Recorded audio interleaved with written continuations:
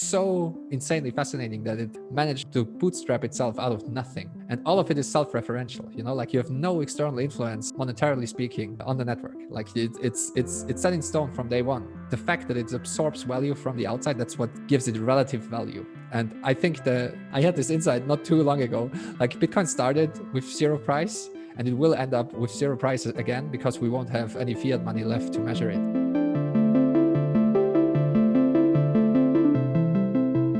Hello, my fellow Bitcoiners. I'm John Chanot, and welcome to episode 11 of the Bitcoin Path podcast. This is a show where we have deeper conversations about Bitcoin and self-sovereignty, about how this new magic internet money is changing the world and changing ourselves at the same time.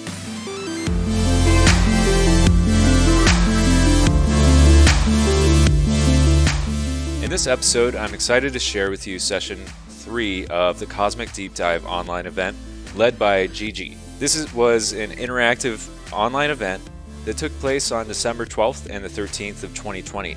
It was 2 full days of back-to-back immersive Bitcoin educational webinars with some of the leading educators in the space. We had tremendous feedback from everyone who attended and overall just had an amazing time. Keep an eye out for future events like this one coming up at thebitcoinpath.com. Also, you can find Gigi on Twitter with the handle @TurGigi.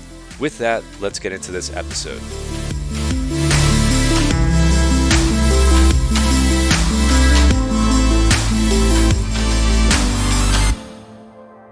It's my absolute pleasure to introduce Gigi for this session.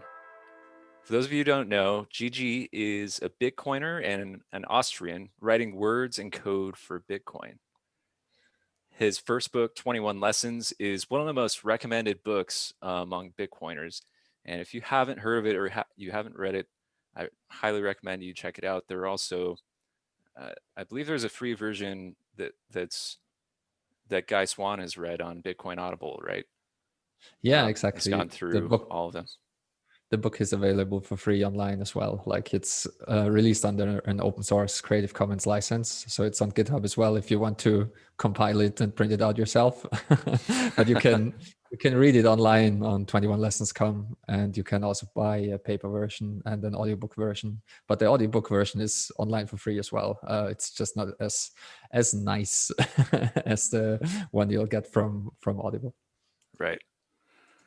And you're also creating your second book called 21 Ways. Can't wait to see that come out. And prior to taking the orange pill, just a general introduction to Gigi, he was a researcher and software engineer, leading multiple development teams that worked on critical large-scale apps.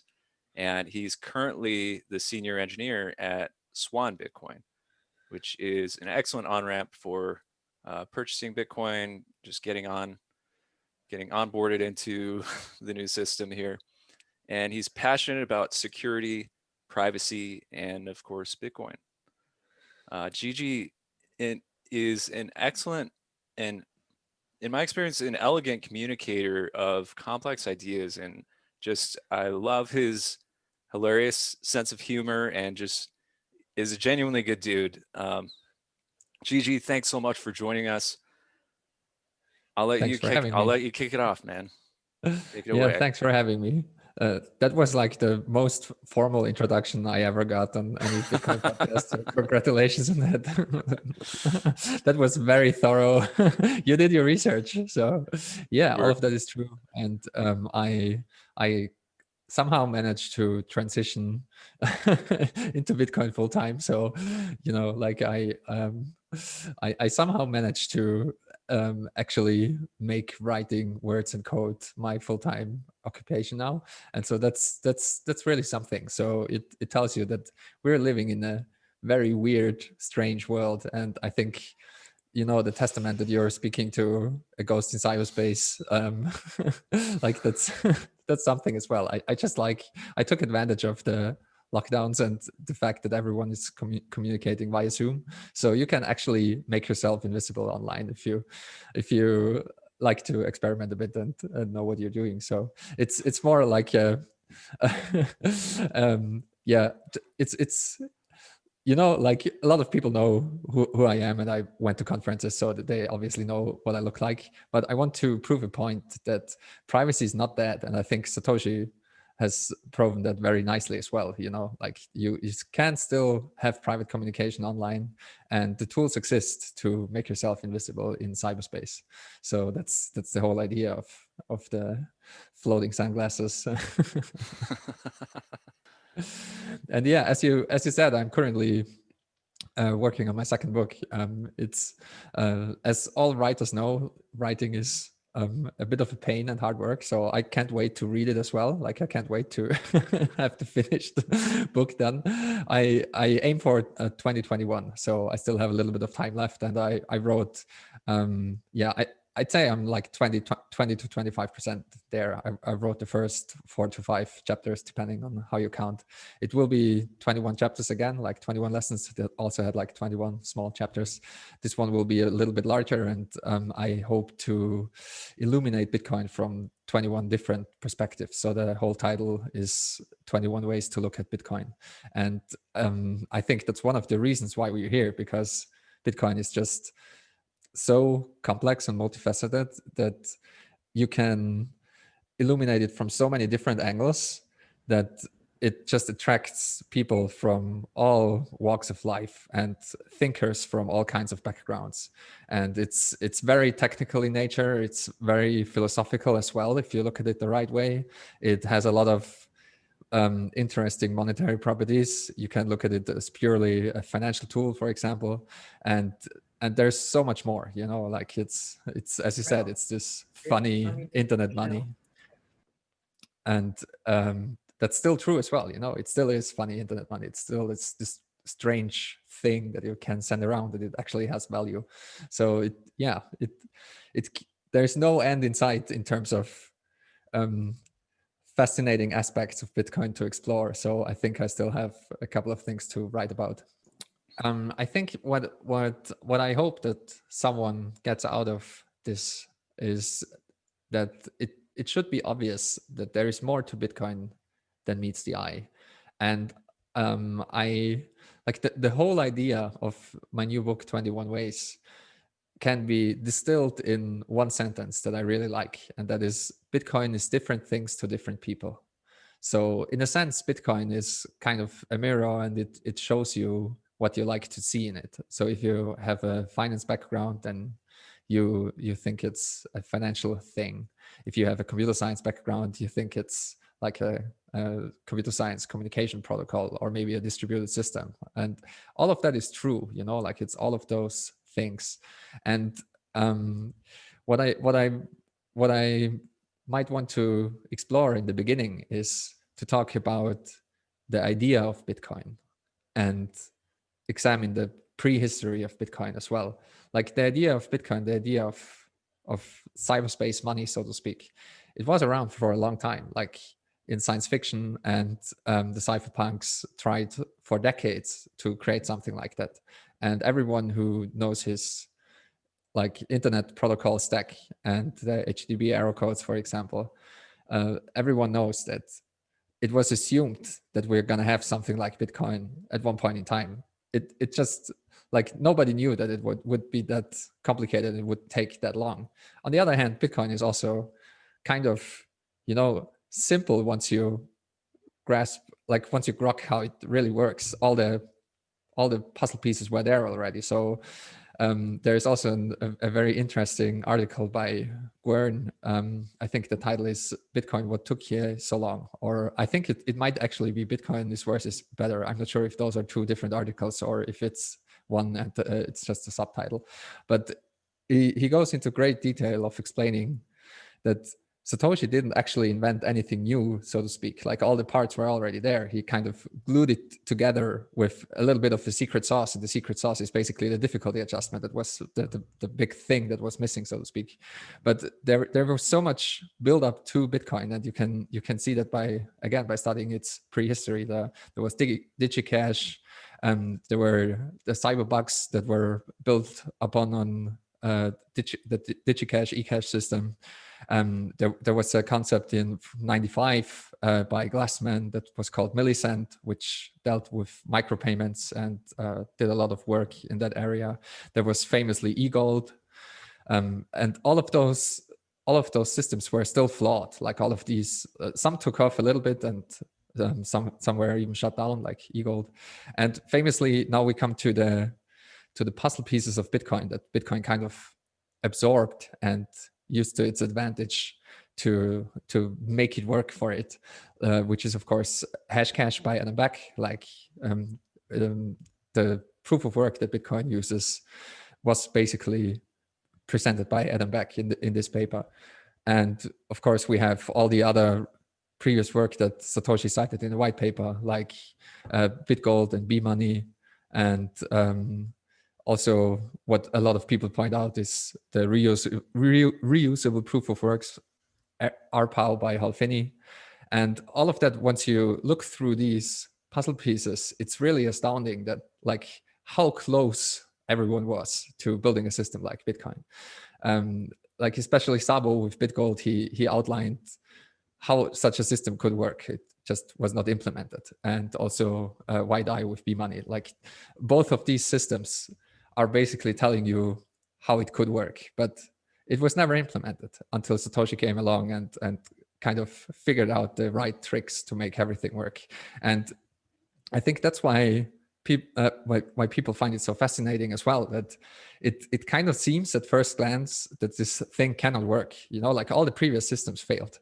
So the first reaction is always disbelief and criticism. And like even in the announcement post, the first reaction instantly is like, you know, like the first answer to the announcement post is like, this system can't scale. You know, like if you want to build it like that, everyone needs to have access to all transactions to check everything, so it can't scale. If you want to have it used worldwide, then it just doesn't work. So the whole debate that unfolded like over almost the span of 10 years and ended in like a very prolonged debate and the first contentious hard fork, like this the criticism, so to speak, and the things that you can't point out about Bitcoin, it existed from day one. And it's really instructive to study Bitcoin's history and also its prehistory, because in terms of criticism, like there's nothing new under the sun. Like everything you read on Bitcoin Twitter today, like still all the pain points that critics bring, and they think they know what they're talking about, it was refuted, and their rebuttals on Bitcoin Talk from like 2009, 2010, 2011, like in the first couple of months, we went through all that already. So it would be very useful for people, I think, to study this history for the critics and the proponents alike. So yeah, now we have the system, and it obviously works, and we're now in Bitcoin's, like we just had Bitcoin's 12th birthday, depending on how you count. You know, like some people count the white paper, some people count the Genesis block, and there are some other like important dates in the Bitcoin world as well. And I think what Bitcoin proves without a doubt, that this idea of cyberspace money, like it actually works. You can actually make it work. And that makes me so insanely bullish, because even if Bitcoin would fail, and that I don't think it will, I think it's too late for it to fail. Like, but you never know, you know, like you can always have a black swan event that wipes something out that we are just not aware of. Like something, a mathematical assumption could be wrong, something in the cryptography could be broken. We could have a technological breakthrough that makes other things obsolete. We could be dead tomorrow. Like we could wake up and realize we're living in a simulation. Like there are many things that could actually happen, you know, like there was recently like a joke going around on Twitter that Bitcoin is actually gonna crash the simulation, because hashing just takes up so much CPU power of the simulation that the simulation is going to slow down, and you see glitches, and you can see that happening already because the world is so crazy. So I can get behind that conspiracy theory. I really like it a lot. That would be a great science fiction novel. It's like a Rick and Morty episode. I'm pretty sure there's one like that. Yeah, exactly. Yeah, that's right. That's how Rick breaks out of the simulation, I think. Like, and everything glitches all the time. Yeah. So, but to get back to the original point, like we now have this idea that actually materialized. And I think it's so insanely great to actually now have something in the world that works. And it's by no means perfect, like if you a lot of the people that actually work on Bitcoin, a lot of the core devs, they know exactly that, it wasn't architected beautifully. It has its flaws, and there are many things that could have been done better from the beginning, but it doesn't matter. We have this system, and from the very first block, it grew organically. And the whole idea of the system, like the meta idea, so to speak, of Bitcoin, is that the design is set in stone from day one, as Satoshi said, and the whole value of the network forms around the consensus. So any consensus break, every hard fork would be catastrophic. And so the meta idea of Bitcoin is Bitcoin's soul, so to speak, stays intact. And we will never hard fork unless it means the death of the network. I think that's the one meta idea of Bitcoin. And I think that's also why so many people that were on the sidelines previously are now starting to pile in, like Michael Saylor. He famously said, for him, it was never clear that this is going to work. But now we saw with the first debates around the contentious hard fork and how this played out, and that we actually defeated that with a user-activated soft fork. And it like everyone agreed that we must not destroy the purity of Bitcoin's soul, so to speak. That this is such a strong signal to the market as well, that this thing is here to stay. And everyone who uses it and is invested in it agrees that we want to have this unchanging, reliable system, unchanging in terms of monetary policy. Bitcoin, of course, changes all the time, like the software is patched and new nodes come and go, and miners come and go, and so on and so forth. So that brings me to my main epiphany, and I have to thank Brandon Quinn for that, and also in turn Ralph Merkel, that Bitcoin can be best understood as a living organism. And the fact that it changes all the time underneath, it's like your cells, the cells of your body renewing, but you still stay the same thing, kind of. And Bitcoin in that sense is more like a process than a thing. Just like life is more like a process than anything else. And the pattern of Bitcoin repeats and stays the same.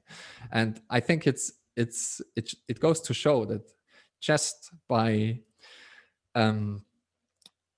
implementing this idea, you kind of get in a weird territory, which makes it really difficult to understand from the get-go. And Satoshi famously said as well that I think he wrote something like, I'm sorry to be such a wet blanket when it comes to a general description of the thing, like there's nothing to compare it to. And he's absolutely right. Like it's so difficult to explain to people what Bitcoin actually is, because there literally is nothing else to compare it to. It's a completely new thing. We never had digital scarcity. We never had absolute scarcity, for that matter. The closest we have is the scarcity of time, of our own lifetimes. And Bitcoin beats even that, like in a sense, the time since it goes on, it is not strictly scarce. It's just our human life. So like the time on Earth, that we have on this planet is very, very scarce. But Bitcoin is absolutely scarce. It's not like this concept didn't exist before. And I think everyone still tries to wrap his or her head around it. And it's just, it has the power to mess up your mind. I'm sure about that.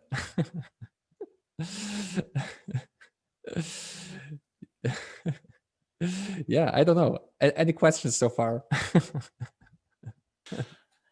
Yeah, I think a lot of us, even in this afternoon session with John, experienced a little bit of messing up of the mind, and it can be somewhat.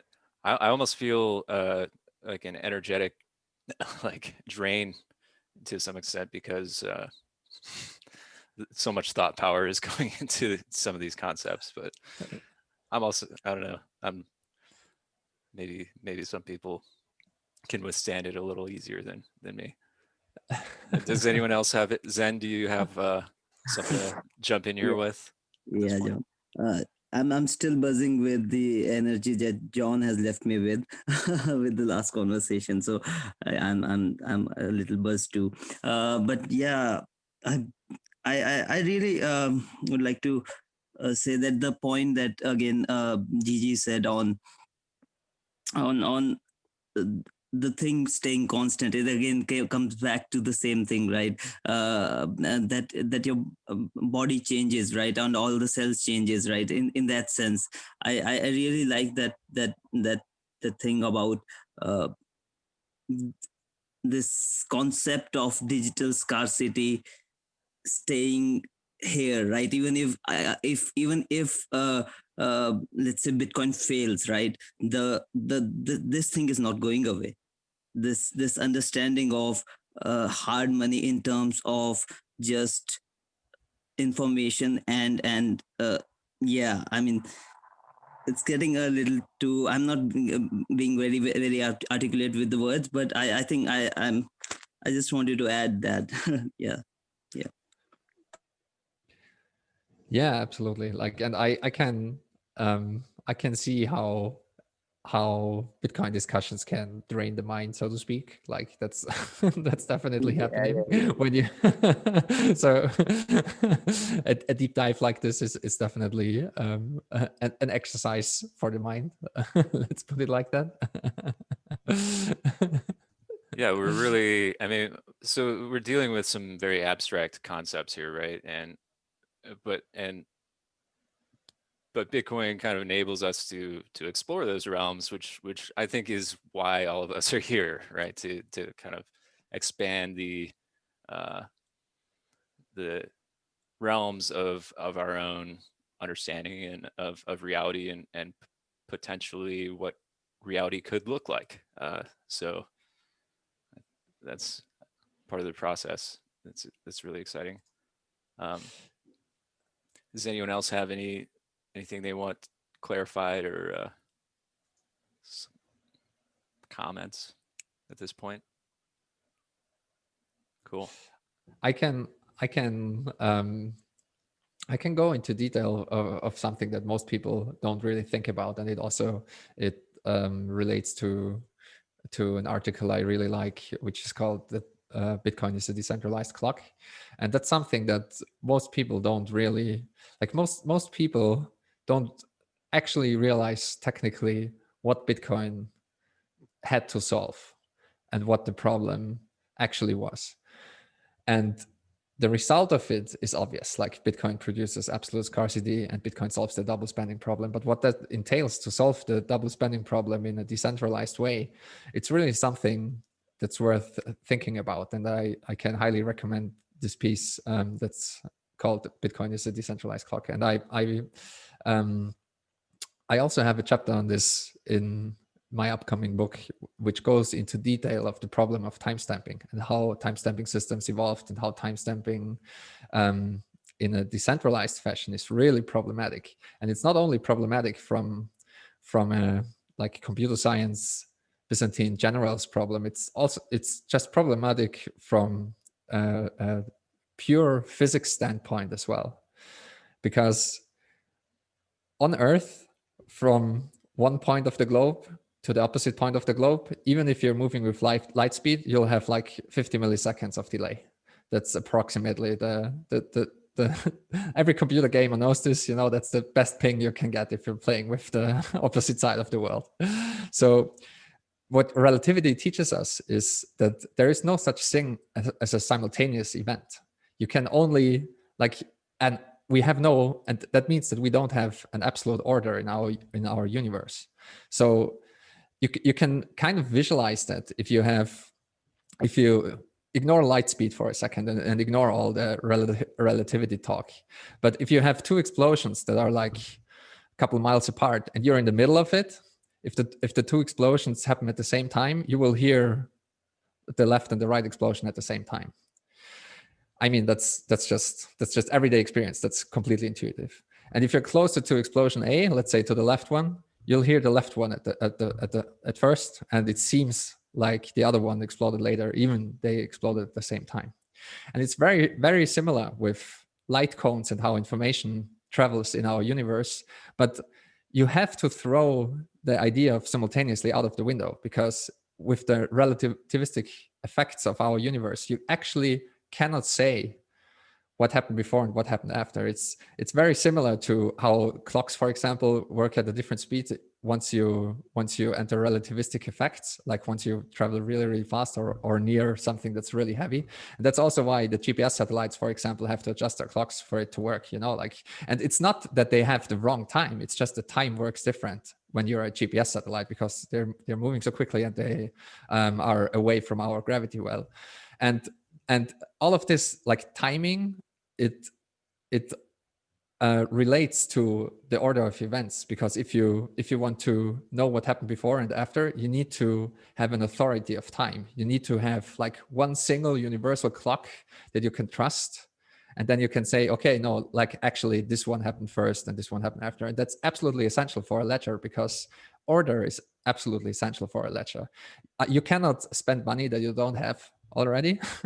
Like you can only spend the money that you already got from someone else. And so ordering is of the utmost importance. And you cannot solve this problem in our universe like to a perfect fidelity, because you will always run into this synchronization dilemma because of relativistic effects. And if events happen under this 50 millisecond duration, for example, and they would happen all the time, you know, like if you have a global network and people send messages all the time, you cannot say which message came first and which one came after. And that's just based on physics. Like I'm not even talking about delays in routing or corruption of messages or anything like that. And Bitcoin solves this so beautifully, because it actually introduces its own notion of time. Like it does away with human time completely. It does away with the physical time that we have completely. Like the timestamps of the transactions and everything, they don't really matter too much. That's also why you see, like, you sometimes have the phenomenon that a block that has a timestamp that is younger comes after a block that has a timestamp that is older. So it looks like the blocks are in reverse if you look at the timestamp. But the only thing that matters in Bitcoin is the block time. So the only, like what we call block height is actually block time. And Satoshi initially called the blockchain, what is now known as the blockchain, actually the time chain. And that's the whole problem that Bitcoin solves. It solves the absolute order of events in a decentralized system. And that you have to think about it in that way. You need to rely on the authority of time. And when you have no one with a clock, like if everyone has a clock, that can't work, because that's imprecise. You could cheat, you know, like I could set my clock back or forward and just pretend that I haven't sent the money and so on and so forth. So that never works. You need an absolute authority in terms of time. Like you need to decentralize time itself. And Bitcoin does that so beautifully, using, again, the laws of our universe, using proof of work, anchoring the work that went into it in energy. And that's how everything works. That's how everything fits together. And it only works because computation takes time, you know, like that's what we rely upon. It's not necessarily the amount of energy that went in, like that's true as well, but it's kind of just a proxy. It's just you need to crunch through so many numbers, and that takes time. And that's how it actually works. And that's actually the problem it solves. Like it solves the problem of keeping the time in a distributed way. And I think it's so beautiful. And that's why I also call myself like a time chain maximalist. I hate the block, like I hate the word blockchain with a passion. It's, but it's a very nice litmus test, you know, like if people start talking about crypto, like that's the first litmus test, and you can basically stop talking to them or try to educate them depending on your mood. And if they keep talking about crypto and they use the word blockchain a lot, then it's really an indication that they haven't really understood what's going on and what Bitcoin actually is, and what problem it solved, and how those things work. And so time is absolutely crucial. And it's the first time that we have something that is true for everyone on the globe, and provably so. So Bitcoin in this sense is also a truth machine. Like, because we have this one single thing, like this source of truth that is used to I mean, it's it doesn't sound so profound if you just talk about what it's used for, you know, like it's just a list of transactions. It just it tells you who owes what to whom, basically. But the way it does it is absolutely profound. And I really like the idea of Bitcoin as a truth machine as well, because it's definitely something you can rely upon. And it's also something that is incorruptible the longer you wait. Like the further you go back in time, the more true everything becomes, the more reliant the information is. And like there is no such thing as absolute truth or absolute certainty, so to speak, unless you enter the mathematical realm. And but still, you know, like you have the incompleteness theorems, and you kind of, mathematics itself is like a self-referential construct, and you can only inside this construct generate certain truths, so to speak, but you always have to rely on axioms. So I don't believe that there's anything like absolute truth. But I think Bitcoin is the closest approximation that we have. And the further back you go in the time chain, the higher the assurance that this actually happened. So that's also why you should not trust like the first confirmation. You should at least wait a little bit, and so on and so forth, because that's actually also how the system works. Like you can always have splits, and you can have network splits, and you just need to wait a little bit until this resolves itself, and you can make absolutely sure that this is actually what happened. But if you look back like a couple of hours or a day or even a week, you can be absolutely sure that happened, and that is the order that it happened. You can also be absolutely sure that everyone sees the same thing. And I think it's mind-blowing that this is possible, and you yourself can verify that this is true. Like if you understand it, how it works, and it's not that difficult to understand. Like it's once you get the building blocks in your head, like the primitives that Bitcoin uses to operate, like what is a hash and what is a signature and so on and so forth, then you can definitely verify all of that yourself. And of course, you can use software for it to verify all of that very, very easily. And so it doesn't matter that this is like a probabilistic time.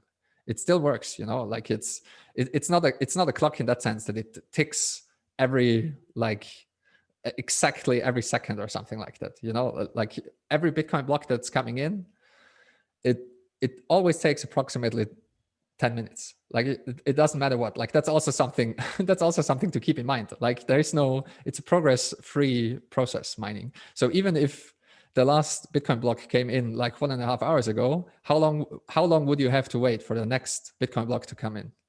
The answer is 10 minutes. The answer will always be 10 minutes.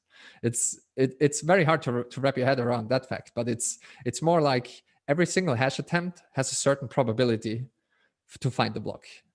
And there are just many of them, but there is no progress towards a goal. So it doesn't matter how many, like since the search space is so high, it doesn't matter how many hashes have been tried before. Like it's basically zero.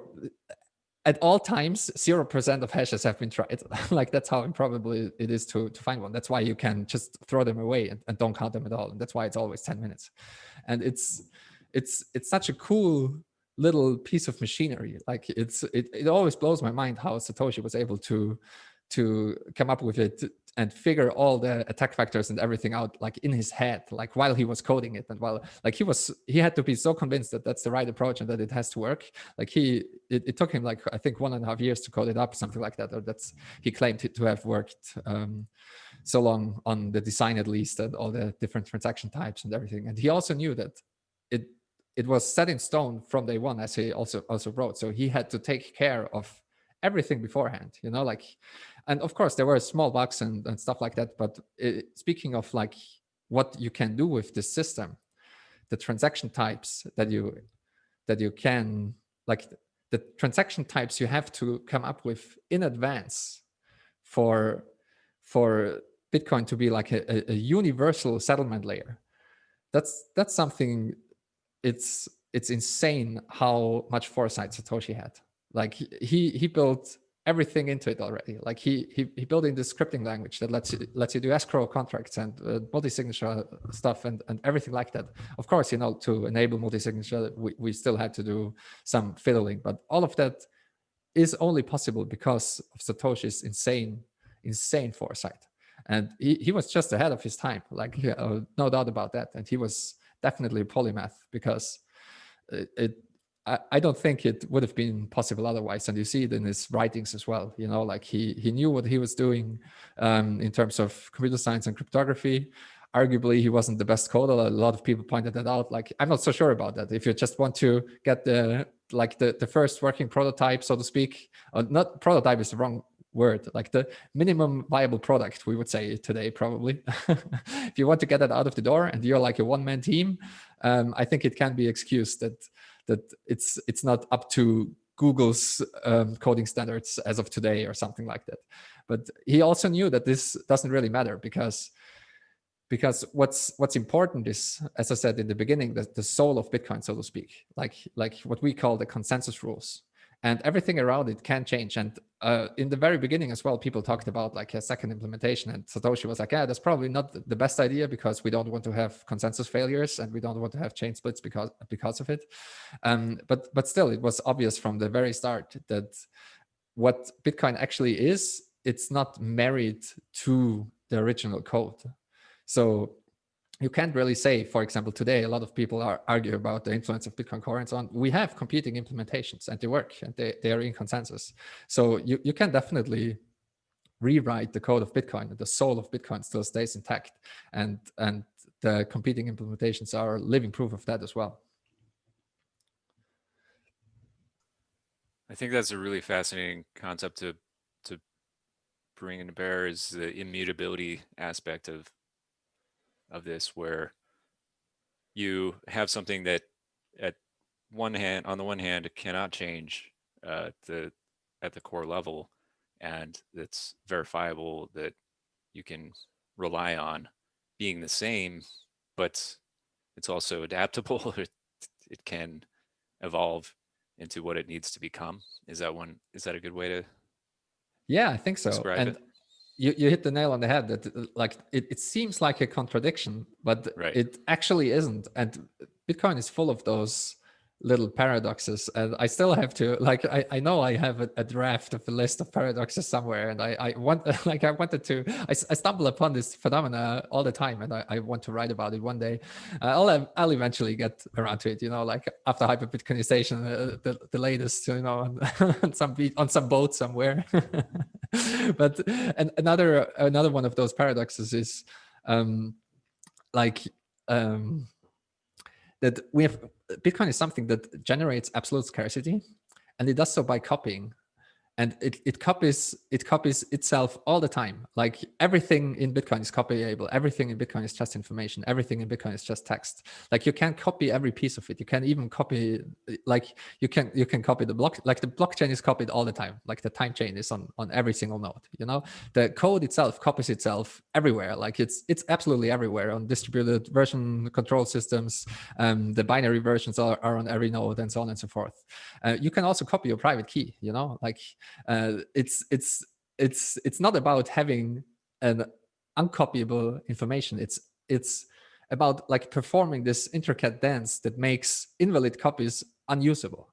Like it makes certain kinds of copies invalid, and thus they have no value.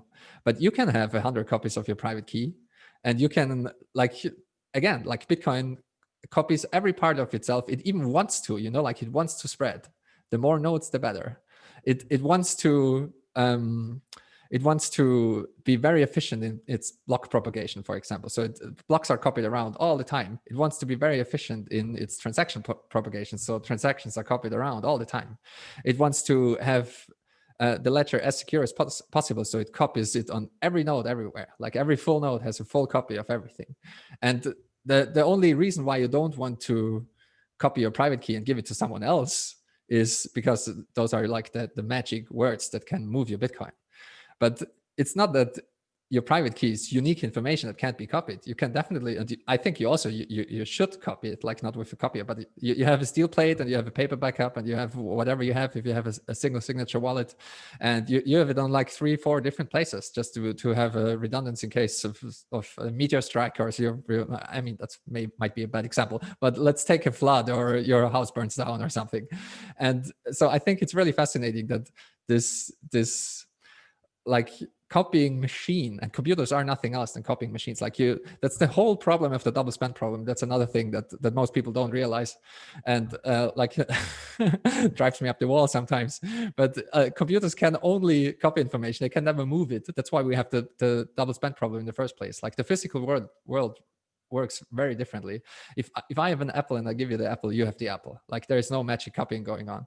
If you have a digital file, if you have a digital apple, and you want to pass it to someone else, like you have one computer that has a photo of an apple and you want to move it to another computer or even to your USB stick, another hard drive, doesn't matter, like to another destination, the only way that works is that you copy the file, you check that it's still the same thing, and you delete the original. That's what moving does. Like if you see a moving file dialog, that's a lie. It's always copying. It's copying and deleting. There's no other way that it works. And even like that's how information works, you know, like if I have an idea and I share it with you, like the idea that I have is not magically gone, you know, like we both have an idea. So and that's the realm that Bitcoin operates in. So moving something is completely impossible. And the way that Bitcoin achieves it is by this relentless copying. It's just copying and verification. At the verification bit is the important part. You know, like everyone verifies. We have these rules in place. There must not be any copies. And that's how Bitcoin solves the double spending problem in a way. Like everyone verifies the rules at all times. And the rules say copies are not allowed. But still, you know, you cannot forbid anyone to copy an information in the same way that you cannot forbid anyone to you cannot forbid an idea to spread. Like that's the same nonsensical idea. And so a lot of people get it wrong, and they talk about tokens, for example, and as if there were like the only the only place where you can have an actual token, as we intuitively understand as a physical token, like an actual coin, like a gold coin, is in the physical world. There is no, not like everything else. There in the digital world, there are only ledgers. that's basically the two main ways we have of keeping track of information. Like there are ledgers and token, and if you go back in history, like for thousands of years, if you have to count your sheep, for example, you either have a clay tablet, and every sheep that passes by, you make a mark, and so that's basically a ledger, or you, I don't know, put a bracelet around the sheep and you pull it off when it runs by again, or I don't know what they might use, but that's the difference between, like, if you want to keep track of something, you only have tokens and ledgers. And in the physical realm, that is, you have those two things. In the digital realm, in the informational realm, you only have ledgers. Like that's how computers work. Like if you look at a hard drive, it's a ledger, for example. Like every single data, it's just entries in a database, so to speak, and all of it is a ledger. So yeah, that's a pet peeve of mine as well. So I wish more people would understand that, because I think it would lead them to a deeper appreciation of Bitcoin and deeper understanding of how Bitcoin operates as well. So no Gigi tokens coming out soon. Yeah, of course. You gotta milk that shitcoin money. Like that's man. That time will come again. Like, don't you worry. The whole craze we had in 2017, I think the cycle will repeat itself again. And I'm just afraid that this time it will be real scammers. Like I wouldn't be surprised if we see a push in the direction of government shitcoins, and also what we saw, the initiatives of Facebook with Libra and stuff like that. And the downside of a government shitcoin, for example, is that you will actually be forced to use it. So I mean, we have that already with fiat money, but I think you know what I'm trying to say. We will actually have central bank digital currencies. Like that's the fancy word they use now. And we will have tokens mandated by governments, because it's just way easier. They also kind of have to get rid of cash because we don't want to have something that can't be debased by a keystroke, and cash can only be, I mean, it is debased by a keystroke via inflation, but it's very hard to apply negative interest rates to the dollars under your mattress, because you actually would have to go knocking from door to door as they did with Executive Order 6102. Like the gold has the same feature. You cannot simply take it away magically via the internet. So you stuff it under your mattress or keep it in the safe. And if the government wants to confiscate it, then yeah, they actually can. And as we have seen historically, they will. And that's, of course, another thing that Bitcoin solves. Since it lives in the informational realm, it's like try to steal an idea, like try to confiscate an idea. That's what we're talking about when someone wants to forcibly take away your Bitcoin. Because nobody, again, it's such a cliche saying in Bitcoin, like you only have to remember 12 words or 24 words, but that's something that you can actually do. And Bitcoin lives in the realm of ideas, that it cannot be stressed enough. And that's the most profound thing, in my opinion. Like if society becomes so draconian and totalitarian that they go after your Bitcoin and you know what you're doing, then they will actually have to not only come knocking at your door, but really like the mafia, try to try to get you to talk. That's what we're talking about, because you can there's so many ways in that you can store your Bitcoin securely in the informational realm. You can also encrypt your seed phrase and just put it on some cloud storage and remember your password. I don't recommend these kind of things. Like, always try to follow security best practices, because if you rely on your memory and you have a stroke, then your life savings are gone. So it's best to follow best practices, use hardware wallets, use multisig, and so on and so forth. But still, like if push comes to shove, and if we see history repeat itself and people have to flee their country with hopefully their savings intact, that's something that they can rely upon. And the power dynamic that shifts the power dynamic massively. Like it's very, very hard to overstate that. And we saw that articulated beautifully in the sovereign individual. And of course, every Bitcoiner worth his salt should know the sovereign individual thesis. And what this book basically lays out is that with the introduction of strong encryption, the nation state is doomed. Like that's the one sentence summary of the book.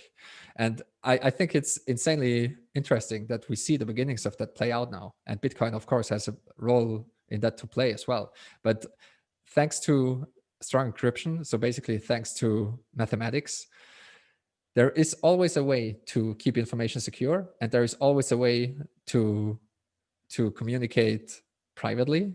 And since Bitcoin is only information, there is now always a way to keep your wealth secure and to transact privately as well. And yes, Bitcoin has its privacy problems and so on and so forth. I don't necessarily want to go down this rabbit hole, but it just inverts the power balance completely, because nobody can stop you from, again, having an idea in your head.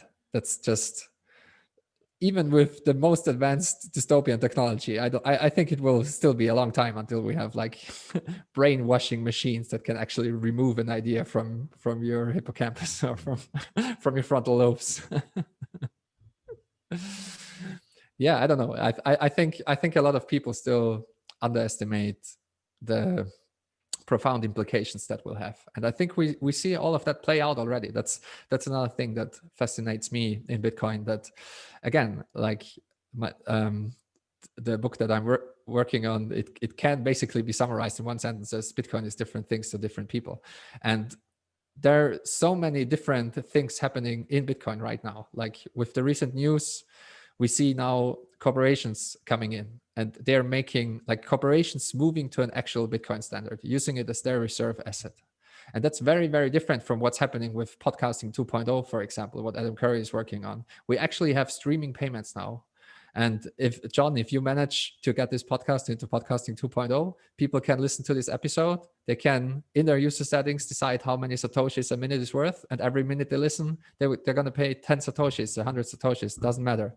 And what's so beautiful about this streaming money concept is, you can even set it up that like 10% of it gets automatically donated to BTC Pay server, 3% gets automatically streamed towards podcasting 2.0. You can split it up into your production crew, to yourself, to the panelists, what have you.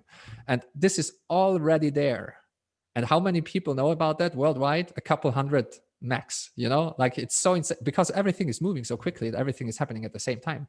Most people talk about Michael Saylor and like investment funds and insurance companies with, I don't know, like hundreds of billions of dollars moving into Bitcoin and deciding like single-digit % allocation because now it's safe enough and it has the blessing of the giga chat and now everyone can come streaming in, and that's what's happening as well. And at the same time we have like already we're almost there of activating Taproot, for example, and that's again a completely different thing. Like it has nothing to do with the Lightning Network. It has nothing to do with podcasting 2.0. It has nothing to do with what's happening in the financial space and with people adopting like companies adopting a Bitcoin standard, and all of it is happening at the same time. And all of it has synergies, like the one drives up the price, the other one drives up the real world usage and helps people promote free speech and build up on free platforms. And the other one improves privacy on the base layer, which has implications all around, enables new use cases, and so on and so forth. And those are only like 3 things that I got now from the top of my head. There's probably like 200 other things happening and 500 more that I don't even know about. And all of it is happening, at the same time. So it blows my mind. And just today, for example, I talked in the past a lot about Bitcoin's voice over IP moment and how we are still like, those are the 2 things that I'm looking out for compared to internet history. Like it's the voice over IP. Yeah, the voice over IP moment for the internet was everyone was like, nothing changed in terms of the telephones really. Everyone was just still using telephones in the same way, but all the telecommunication companies switched to voice over IP. Very similar to how TVs switched from analog to digital. Like as the end user, you don't necessarily notice a lot of difference. Like that's the infrastructure inversion is like the technical term for it. And suddenly everything uses a different system underneath. Nothing really changes necessarily for the end user. So for me, it won't be outrageous that in 10 years, everyone is still using like those stupid plastic cards or their phones to pay or their Apple Watch to pay. But it actually gets settled on the Bitcoin base layer. And all the banks and Visa and MasterCard and those who survive the revolution, like those companies that are still in business, they will be forced to use Bitcoin. They will be forced to use Lightning or similar higher layer protocols because they just won't be able to compete. Just like every telephone and communications company that did not switch to the internet, they are gone, like they're dead, like every single newspaper that didn't switch to becoming basically a blog, they're dead, and this infrastructure inversion in Bitcoin didn't happen yet. But just today, I think it was just today, Jack Mallers from Lightning Strike announced that they're gonna go global very soon, and they're testing now the first transactions, sending dollars to Europe. And so you're sending $1 in California, wherever, and you're sending it to Europe, and on the receiving end, you receive exactly the same purchasing power, which I think is 0.82 euro or something. And it just comes out at the other end, and you only use Bitcoin as like this value communication layer. And you don't need any bank or anything for it. It just uses the Lightning Network in between. And on the one end, it communicates with the US bank account of the user, and on the other end, it communicates with the Lightning wallet, and in the end, the bank account of the other one. And this is like, I always call it the voice of IP moment, because I still remember when the internet switched to like the telephony switched to voice over IP. Like for me, it was mind blowing that you can have like have a call over the internet. Like that was outrageous, you know. Like I can still remember when you loaded an image online, it came in pixel by pixel, line by line, and you had to wait for like 10 minutes for any image to load. And even before that, you know, like text was loading character by character, line by line. And to actually be able to talk to someone over the internet, that was outrageous. And very quickly after that, everyone who was talking online was talking over the internet, and nobody noticed, you know, like everyone was still just, maybe you got a new phone and you just, everything was still working the same. You dialed the same number and everything. It made different sounds or whatever. Maybe it didn't make a sound anymore. I don't even remember. But Bitcoin has the power to do this infrastructure inversion on the whole financial sector. And as the end user, you don't necessarily notice a change. Like today, most people are probably paying with, I don't know what, like Stripe and Apple Pay and Venmo and WeChat and I don't know, like you have some app and or you're paying with like an NFC bank card or something like that, or you swipe your credit card. Like it doesn't matter. People really don't care how they pay, you know. And in the end, it will happen over Bitcoin because it has to. Otherwise, you're just not competitive, because the settlement networks that are currently used in the fiat financial system, they are horrible. Like they're so expensive and so inefficient. It takes like it takes like 1 million blocks to settle anything finally, you know. And with Lightning, you have instant settlement, and it's just mind-blowing to think about it, what's possible. And the second thing I think I mentioned in the very beginning is the eternal September, which we had in Internet as well. We are still in this like comfy, everyone knows everyone phase of Bitcoin. And it feels like there's like 200 people in Bitcoin. And it was the same with the internet, you know, like the good old bulletin board days. And every year, a new stream of people came in, and it was always around September time. And there was one year where so many people kept streaming in, and the stream of new people didn't stop. And that was the eternal September. And that's the internet that we have now. Like everyone is online basically. I mean, there's still like 1 billion people offline. So I don't want to say that we're done with the internet and internet adoption. But still, in Bitcoin, it's very, very obvious that the infrastructure inversion hasn't happened yet, and also mass adoption hasn't happened yet. I would even argue we're still before the early adoption phase. If you look at the giant S-curve that Bitcoin will be in the end, like every technology that is fundamental will get adopted completely. Like, for example, electricity, running water, roads, stuff like that. Those are fundamental technologies. Also, the internet, of course, and mobile phones, like those are fundamental technologies. They stick around, that they're very, very useful. So it's not outrageous to think of like full adoption. Like everyone has a mobile phone, and you can see that even in third world countries, you know, like it's the phones that get thrown away in the first world, they'll end up in the hands of the poorer citizens of the world. And with Bitcoin, it will just be the same, because you have entrepreneurs like Elon Musk. I mean, he's working on Starlink, bringing internet to the masses. Just, you don't even need any worldly infrastructure anymore. And I think it's obvious that all of this is happening. And we are still, if you zoom out far enough, all you're going to see in terms of adoption is a giant S-curve. And of course, it's made up of smaller S-curves, and that's why we have those adoption phases, and especially in Bitcoin with these hyperbolic rises and then crashes again. And I think this will still continue for a little bit, but there will be one point in time where, again, you have this eternal September where it just, in terms of price, it just won't go down again. In terms of people streaming in, it just won't stop anymore. You know, like and also I think, even though having the Bitcoin ethos still around will be insanely valuable, like it is valuable in, for example, Linux kernel development. Those are very principled people, you know, like also in general, the free software movement, you still have hardliners there that make sure that the ethos of free software and the philosophy behind it stays the same.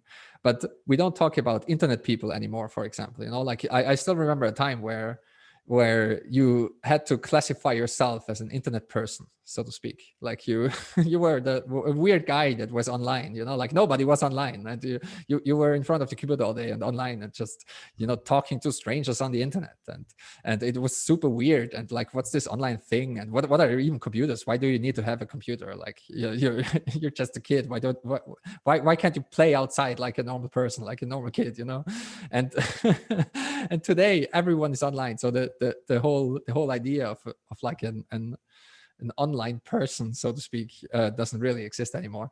And I think the same will be true for Bitcoiners. So I really cherish the time before the eternal September in Bitcoin, where it's still this crazy world. And arguably, like it's not as crazy anymore as it was. Like most people that are hardcore Bitcoins today are kind of normal people as compared to 10 years ago. Those were truly the crazy folks. But still, I cherish the time that we have right now. That it's still kind of a small community, and I think it's also very important to get this right. Like to hash out all the arguments, to agree on certain principles, for example, to clarify the ideas, and like we need this time as well to make sure that we, as a Bitcoin community, so to speak, and I know a lot of people hate this word, but still, I think it's undeniable that there is a group of people that wants to see Bitcoin succeed. And I think we have the highest chance of success if like the chance of success is higher if we still have a little bit of time, and if not if everything is happening at the same time. If you get what I'm trying to say. So if everything would happen at once, I don't think it would be good. But still, I'm hyper bullish as always, and I think it will happen faster than most people and most Bitcoiners expect. That's a fascinating concept to think about, especially in relation to the nature of the time chain that you were talking about earlier, where the order of events is sort of probabilistic, but it orders things in a very reliable way. It's almost like built into the system, where the adoption curve is also taking place in that progressive, reliable way. But one thing, go ahead. Yeah, go ahead. No, please go ahead if you have a question. I'd like to, I think, if I'd love to open up to anyone here, anyone with any other questions at this point in time. And as we wait for anyone else to chime in, one of the things that stood out to me while you were talking was the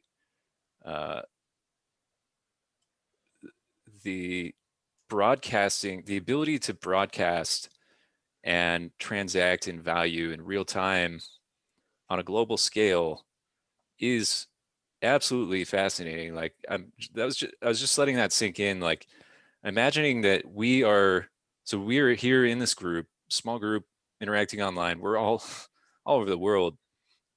You're coming from Austria, right, Gigi? Yeah. And I'm an Austrian through and through.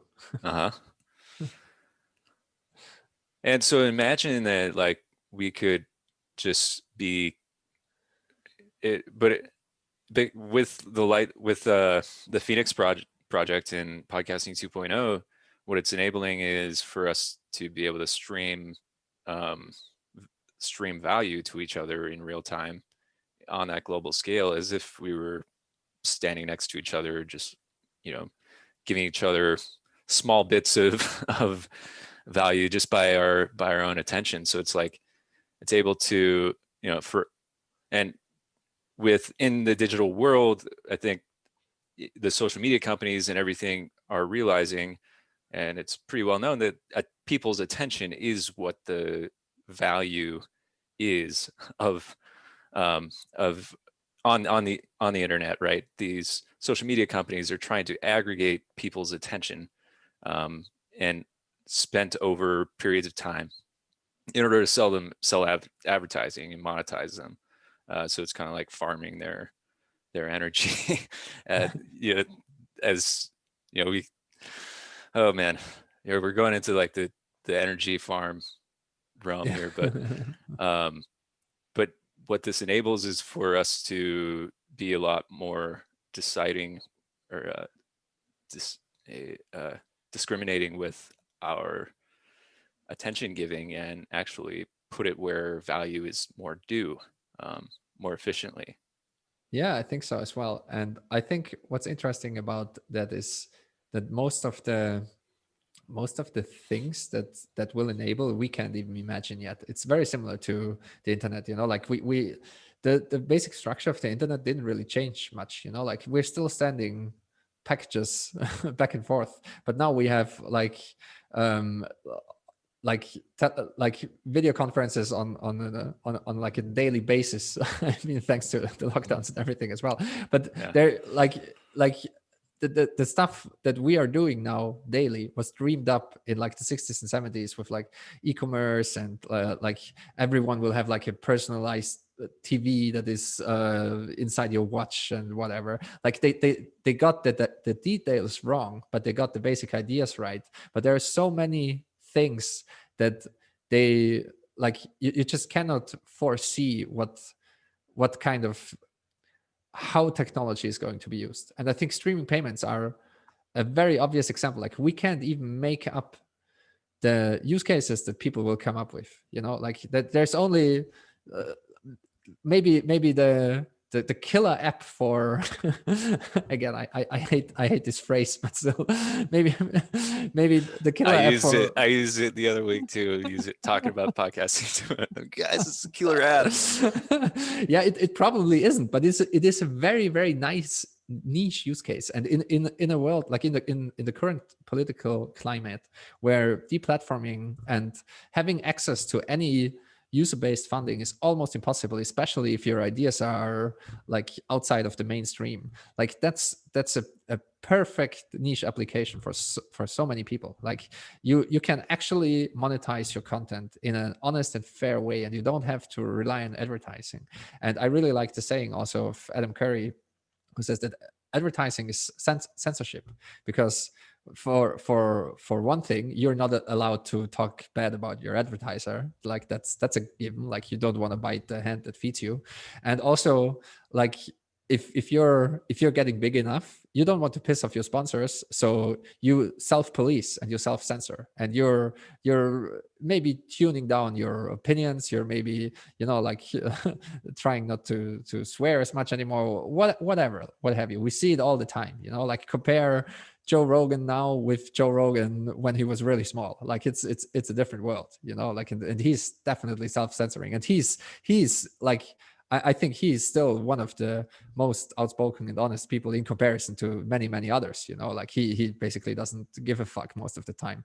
But still, like the how you make your money and who is actually putting your food on the table matters a lot. And I think having the possibility of user-funded business models, so to speak, it changes everything. And I think it's obvious that all of this is going to happen. It just takes a little bit time to develop. Now with Patreon, for example, and also like Kickstarter campaigns and GoFundMe and whatnot, people are kind of, they realize that this is the way to go anyway. And now we have GitHub sponsors and so on and so forth. And we have like Twitch streamers that get subscriptions, and a lot of people are making a living in that way. But I think it will be even better and even more freedom enabling if it goes directly from peer to peer, if you don't need a third party platform that authorizes those kind of payments, and if you don't have anything that can deplatform you.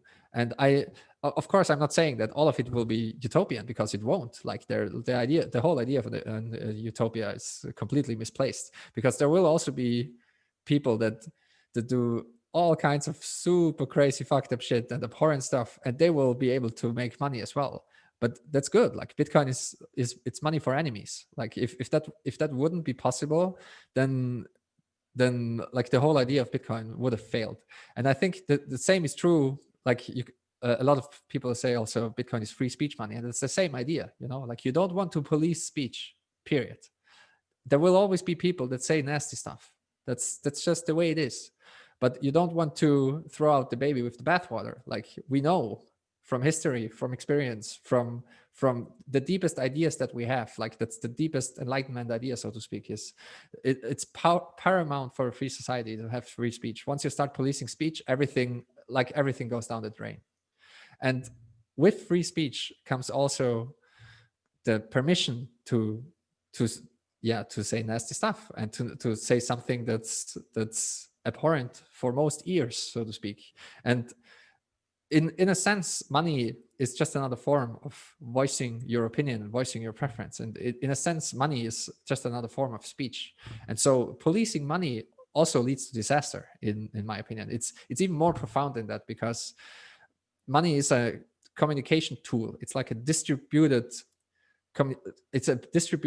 communication system of value. Like markets are the language of value. And once you start interfering and policing these markets, you're basically policing and censoring speech.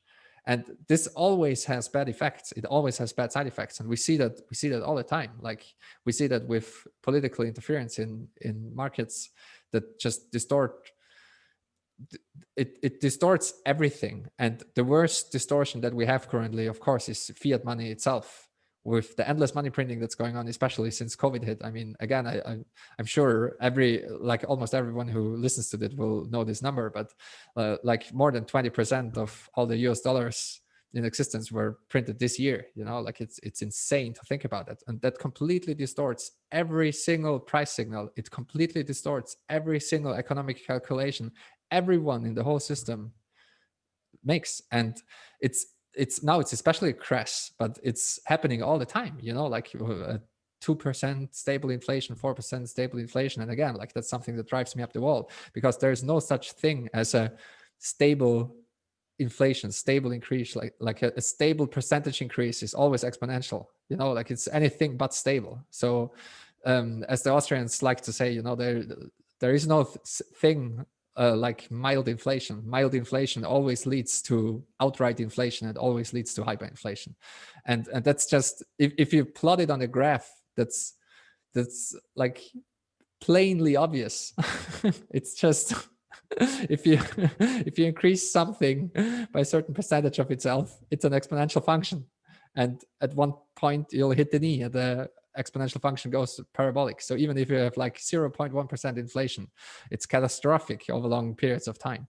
And so Bitcoin is perfect in that regard, because Bitcoin, as Rob Breedlove has pointed out as well, and others point out as well, it has the perfect monetary policy. Like it's zeroed in on zero, on the number zero. It has 0% inflation. Like it's so beautiful that we have this perfect monetary policy, and the outcome of it will be approximately 21 million Bitcoins. I mean, there's a debate around how many will still be in circulation, and it's also slightly less, a couple of Satoshis less than 21 million Bitcoin. But still, it's the 21 is the number, 21 million. That's like, as we like to say, 21 million is not negotiable. That's what it's about. And I think it's so fascinating. Like just with in this conversation, we touched on so many different things, that the absolute scarcity aspect is absolutely paramount. But it only works if it's also censorship resistant. Like if you would be able to censor it, you could also mess with the money supply. That's how the system is intertwined, And it also, the base layer of Bitcoin, it enables these kind of crazy ideas like streaming payments and all other kinds of crazy constructs that did never exist before. Like, for example, even like a multi-signature wallet. It's such a crazy idea, like you actually, it is a little bit like,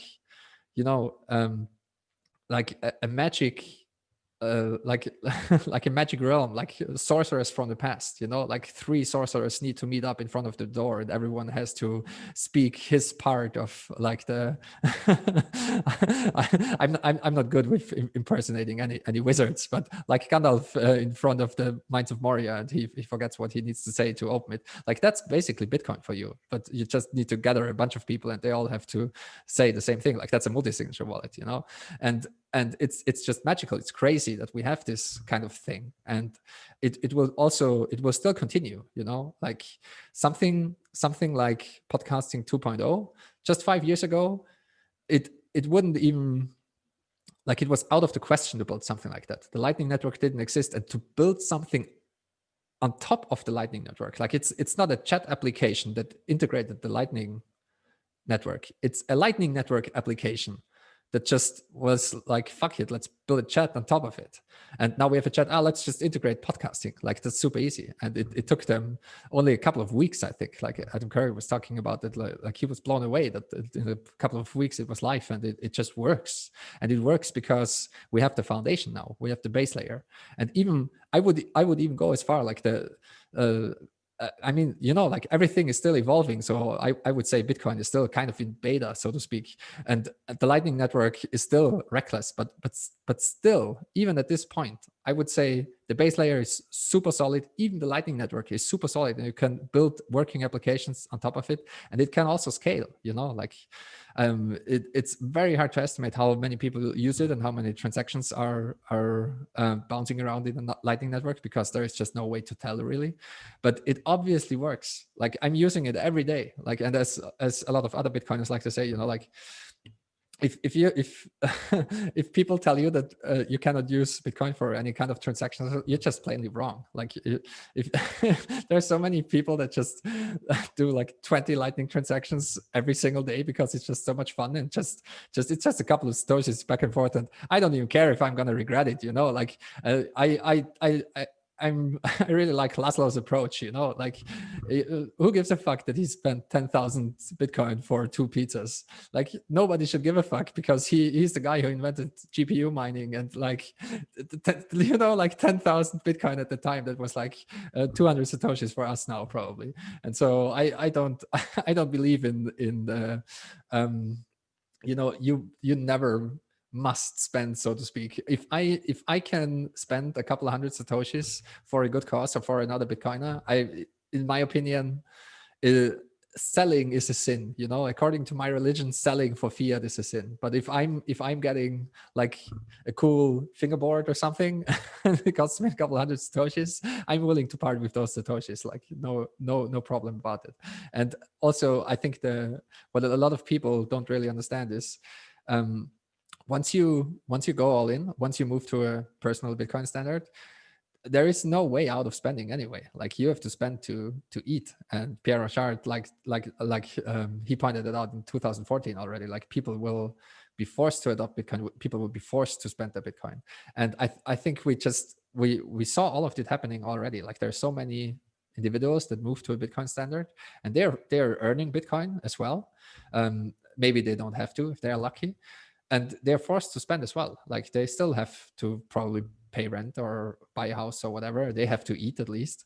And so they're forced to spend. And I think the more people, like, once your balance sheet is 100% Bitcoin, you're obviously forced to spend. And once a lot of your peers have a balance sheet of 100% Bitcoin as well, that's where circular economies can start to emerge. And we're still a very long way off of that. But we already see it happening. Like the Citadel 21, I like to point out that example all the time, because Hodlonaut and Katya, they paid everyone who worked on it in satoshis, and they only take satoshis for the magazine. So that's a mini circular economy right there. And there are many other shops as well that just won't take fiat anymore. Like, your money is not good here. We only accept satoshis, And I think we see that popping up more and more in the Bitcoin space, of course, at first. But it might also make sense to, like, I'm guessing it will also pop up in other areas where it's just very difficult to get money in any other way. Like we saw it in the Silk Road. Like, your other money is not good here. We only take satoshis. At that point in time, of course, it was called Bitcoin because the valuation was different. But still, I think we will see a rise in all of that at the fringes, so to speak, at the edges. That's where the innovation happens, and that's where the early adopters are. And in the end, I think it will only make sense that also companies and larger institutions, they will probably start to pay their Bitcoin, like their employees in sats, and they will probably also at least switch to it in the sense that this is now also an option. And I think it was very misguided in the beginning to view Bitcoin as a payment technology and not as a savings technology. It's definitely a savings technology first and foremost, and it will remain that for a very long time, for the foreseeable future, because fiat money is just broken. And I think the real time to spend is when there is no fiat left, so to speak. And this will it's just a process that has already started. And how long it will take for all fiat currencies to collapse, like nobody can say that. Governments are really good at keeping up charades and playing games, but it can also happen quite quickly. Like and I'm also not convinced that it has to be a collapse and rebirth. I think it can be a transition as well, very similar to how we saw with the internet and print media, for example, like the death of the newspaper and the rise of just online media, or the death of, let's say, cinema and movie rentals, stuff like that, and the rise of Netflix. Like it wasn't necessarily catastrophic collapse and rebirth. It was like a gradual thing, and it was clear. Since years, it's clear that this is going to happen. And if you're smart newspaper, you move to the online space. If you're a smart DVD rental or something, you also try to do something similar like Netflix. And if you're a smart bank, then you're probably switching to Bitcoin as your settlement layer, or you're integrating Lightning into your credit card payments or what have you. Of course, a lot of things will change because the Bitcoin world is very different than the fiat world. Like I don't see, for example, a lot of credit, a lot of a lot of loans with insane interest rates, stuff like that happening. Like it's just the fact that you cannot print more Bitcoin will change things drastically, just like the internet changed things drastically in the terms of print and publishing. Like it's I mean, you could argue, was it for better or for worse? That's a different rabbit hole to go down to, but the way that the news works and media works in general has changed drastically, just because the nature of the internet is different. And I think in the financial world and in the savings world and in just the financial constructs that are going to be built on Bitcoin, and also the kind of payment infrastructure that is going to be built, it will be similar, but it will also be very, very different, because just the underlying reality of Bitcoin is a different one. Awesome. Yeah, the circular economy thing is really interesting to me. Bring it back to what you were talking about, how the internet was in its early days, just a small group of people kind of chatting and online all day, interacting in this way. Right now, it does kind of sense that, like, if I want to trade on only in Satoshis, it's somewhat limiting in terms of like who I'm going to interact with, who's going to do business with me. But you see that growing rapidly, and even what I find fascinating in that, as I've kind of thought about that and kind of gone down those that whole circular economy rabbit hole in my mind, I've thought about how, like, if I have a core group of friends within the Bitcoin community who I know are looking at that as their primary store of value, it's not, if I want to interact with them and transact with them, it's almost like I don't even need to require payment from them. It's like, it's almost like having a friend of mine that needs a place to crash, or he's visiting town. Like, I'm going to accommodate him in my house, and give him food, give him shelter, and give him whatever he needs, because I care about him as an individual, and I know that he would do the same for me, should he be in that same scenario. So I almost see this new, it's almost like a new culture of like chivalry or of generosity really developing here, where like, I was just in California visiting family, and I got to meet up with a lot of the OC Bitcoin network guys. Jason is here watching, and he's one of them. And it was like, and it was so cool to meet these people who I all automatically have so much in common with, and I can understand a lot of the ways that they look at the world, and we can hang out in Brian's house as complete strangers, yet he welcomes us there, and he can say to us, like, after that one meeting, this guest house is for you guys. If you ever, are in town, like, come, like, hang with me, or um, you know, we'll hang out, and he's offering that, and it's just this very organic exchange of value, rather, and no no sats were even exchanged hands yet we have that, like, that exchange of value there. It's Yeah, like another layer, right? yeah, it reminds me of an idea that exists already. I don't know if you know the app, but it's called Splitwise. And I really like the idea, because that's basically also how the Lightning Network works, but that's beside the point. But the way that the app works is that basically, if you, for example, you with the same group of friends all the time, and one day you pay for lunch or pay for drinks or something, and you just enter it in the app, like I paid that and we split it equally among us four or something. And you can decide when you're settling, so the app takes track of everything and who owes what to whom. And it doesn't necessarily mean that any transaction has to happen, like you can, like you can look into the app and you say that, okay, I'm owing everyone like $10, so this 2 rounds of beers I'm gonna pay, and then we're all even again, and so on. And so it reminded me of what you just said. And I always like to bring up this app because a lot of people know it. It's I don't know if it's region based. I think in Europe a lot of people know it, and it's basically how the Lightning Network works. Like that's the best easy explanation of how it works, so to speak. And you only settle when you really have to. And yeah, of course, that's basically what you did, but without writing it down, of course, and also without any yeah without any promise of any actual final settlement ever. So that's what we call a favor. Right. I think that, and I'll just keep shooting questions here. Anyone feel free to jump in and raise your hand or unmute yourself to contribute. But that reminds me, of what is developing as, or what people talk about as a social contract.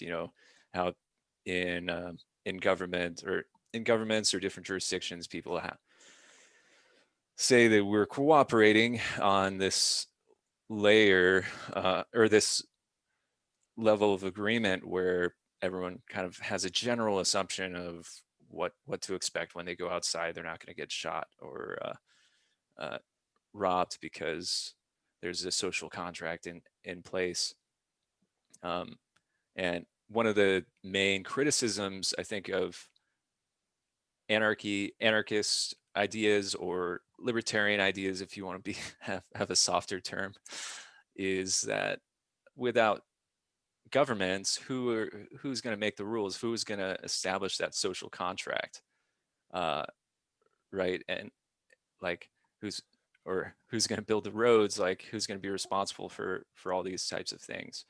I think that's a very interesting realm to go down, in relation to how Bitcoin can establish this very basic level of a social contract, Yeah, that can absolutely. be built on. Like it's I like to think about, and I had this insight which felt like an epiphany a while ago. That was basically shortly after Riga, and I had this idea in mind of how Bitcoin like truly works, so to speak.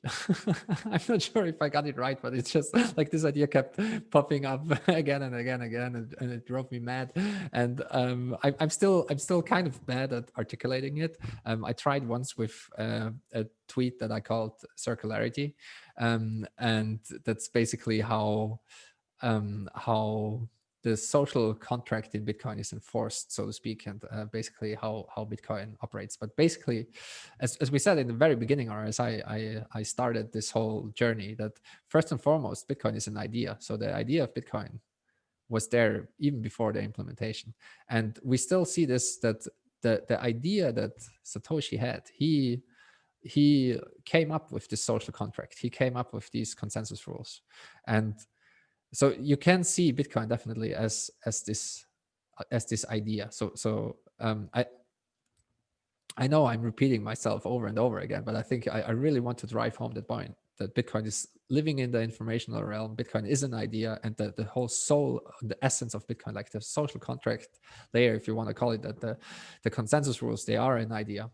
But of course, we also have the Bitcoin software, which is implementing this idea, which is realizing this idea. And with this implementation, the implementation gives rise to a protocol, which is implicitly abstracting this idea, which is implicitly abstracting these rules. So you still you take the humans out of the equation. Someone had this idea, like Satoshi had this idea in the beginning, but by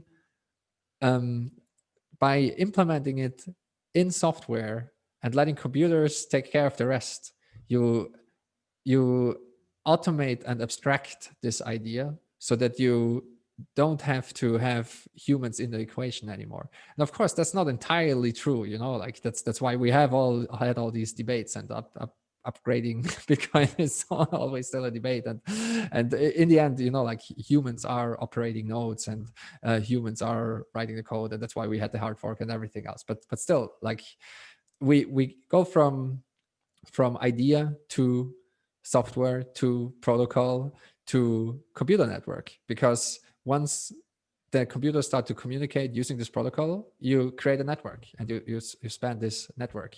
And with this network, there emerges like the fact that this network can reach consensus. This is what gives this whole thing value. And the way the system works, the value is denominated in a native, absolutely scarce asset. And to this asset, you have complete property rights. And this is like, it goes from idea to technology to finance and so on and so forth. And the idea that, like the image that I had in mind was like, we have these 5 steps, and I will actually have to look it up, because I have no way of doing that live on air. But it basically starts with the idea. It goes to the implementation, which is the technology. It goes to finance, and we saw all these steps, and we also saw it with the adoption of Bitcoin. Like before Bitcoin existed, it was only the idea. Like it was the 5 people that I mentioned in the very beginning, like Hal Finney and Wide-Eye and Nick Szabo. They were working on the idea, like those were the idea people. And then we had the tech people, like the cypherpunks. Hey, this actually works. We can hack this together. And wow, this implementation, it actually works. And well, let's work on the code, and let's improve the code, and so on and so forth. And then we had the first degenerate gamblers and traders jump in, like yeah, it's now a financial thing, and we can 100x leverage it on BitMEX or something. I mean, that was a little bit later, but I think you get my point. We have these kind of stations, and the stations that I wrote down in this tweet thread of mine is like, we went from idea to technology to a financial system to a social thing. Where this is a social movement. We saw it with the Silk Road and other things, like the libertarians discovered it for themselves, and it's like free speech money and so on and so forth. And with the social movement, there comes a cult, and that's where we people come in. Like I'm definitely part of a cult. Like I would even go further, and that's where we close the loop and we go back to the idea. I would even say, like, once a cult gets big enough, it becomes a religion, and religions are basically formed around ideas. Like every religion has like a meta idea, or like I like to call them memes, because basically like it's basically memes all the way down. Or mythology is it's a fancy archetypal exactly mythology.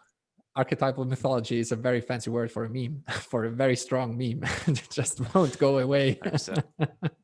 And so Yeah, I expanded on that thought and on that image. So the 5 main points are idea, technology, financial thing, social thing, cult, and then back to idea via the path of religion. And there's in between as well. Like you go from idea to tech via code, you go from tech to a financial thing via the fintech revolution.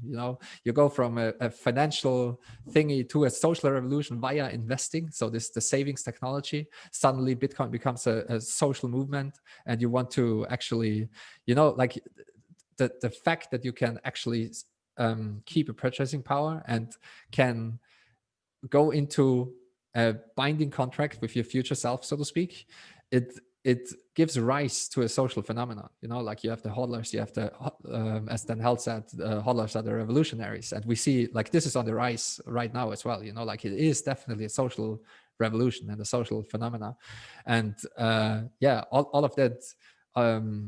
Everything that's done in the educational realm and events like this, it all helps to educate more people, and it helps to bring more people into this cult. And so then we're at the cult stage. And again, like my insight 1.5 years ago or so was that we're at the cusp of the religion steps, so to speak. And I say that half jokingly, like it's Bitcoin has a way of taking possession of you. I always like to say you cannot really possess Bitcoin, but Bitcoin can definitely possess you. And so what I said at the time, and I still think that I this is kind of right, is don't be surprised if a religion continues to form around this thing. So that's in my opinion, religions are the most powerful ideas, and Bitcoin is equally powerful. It's such a powerful idea that I wouldn't be surprised if we continue to see religious metaphors used, and we have like religious fervor surrounding it, and we'll have priests and high priests and everything like that, and all of them will be nailed to the cross at one point and just lit on fire, and everyone has to suffer at one point in time or get slain entirely by the hive mind. I think that's just the way it is, and that's just the way that Bitcoiners operate. And I see the headlines coming in Newsweek or something. Prominent Bitcoin advocate says that Bitcoin is a religion and a cult.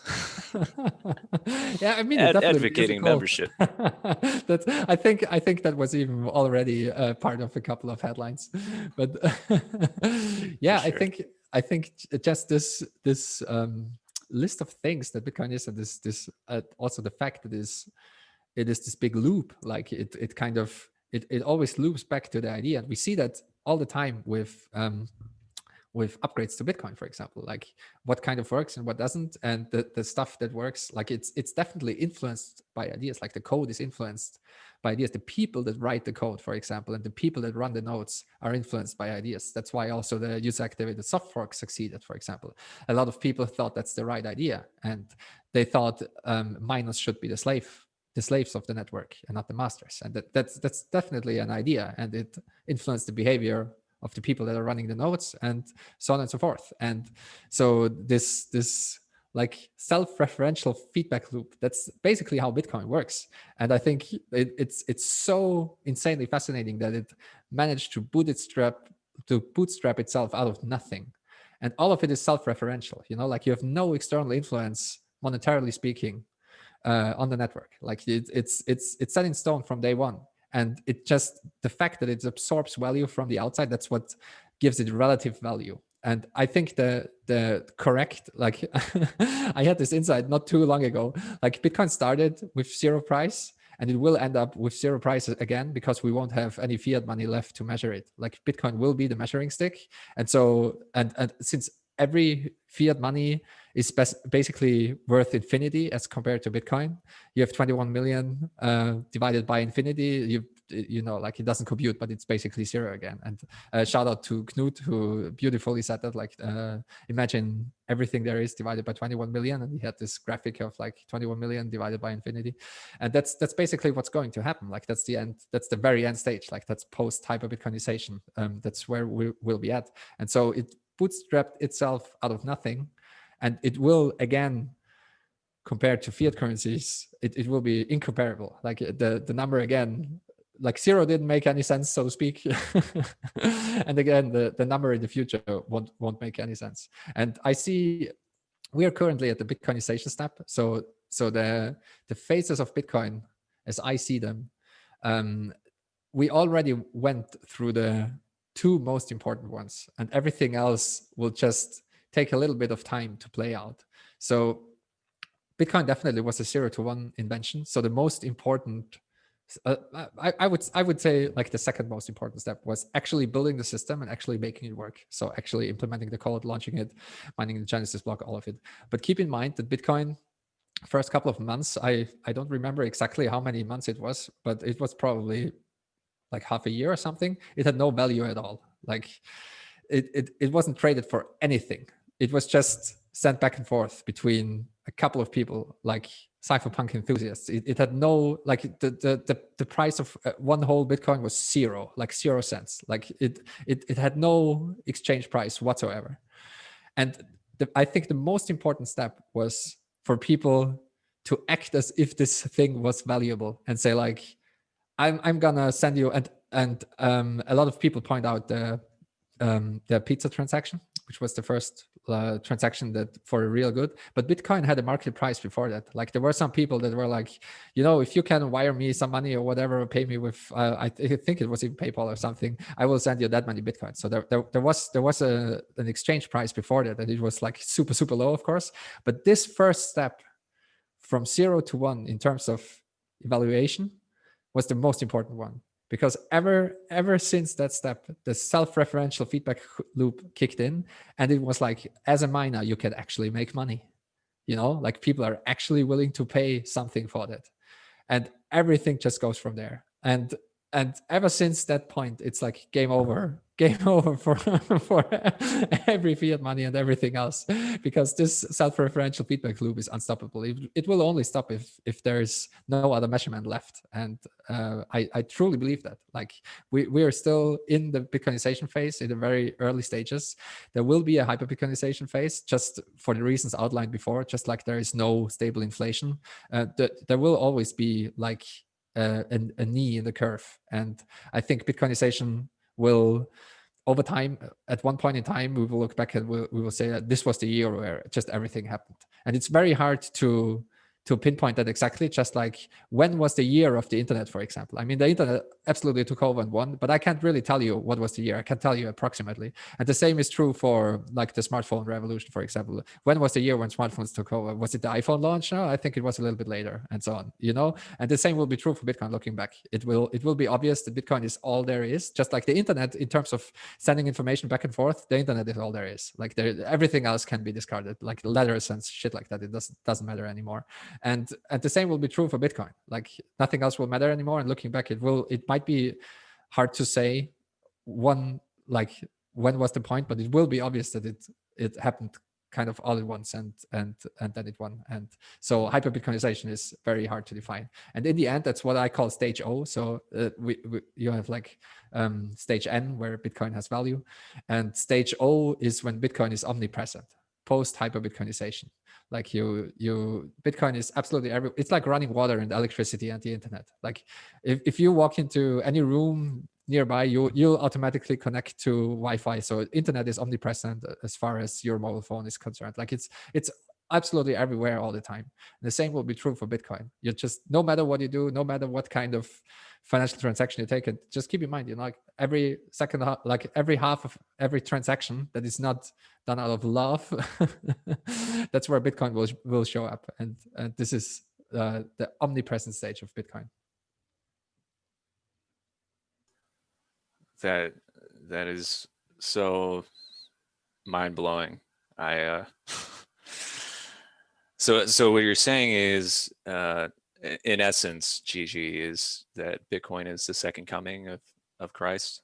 Is that yeah, exactly. That's what you're trying to say. I'm trying to say. Yeah.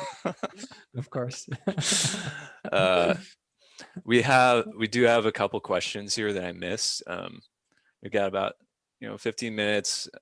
Thanks so much for all of you guys for hanging in here. This has been just an amazing day. But one was from Ian earlier on. Well, so this, I'll do this later question. This one kind of relates to what we were just talking about. What happens to the transaction costs when no Bitcoin can be mined? Yeah, keep in mind that we are still super early. So we are still in the Right. bootstrapping phase of Bitcoin in terms of that there is actually an additional block reward. Like that's only the first phase of Bitcoin, and it will end in the year 2140 approximately.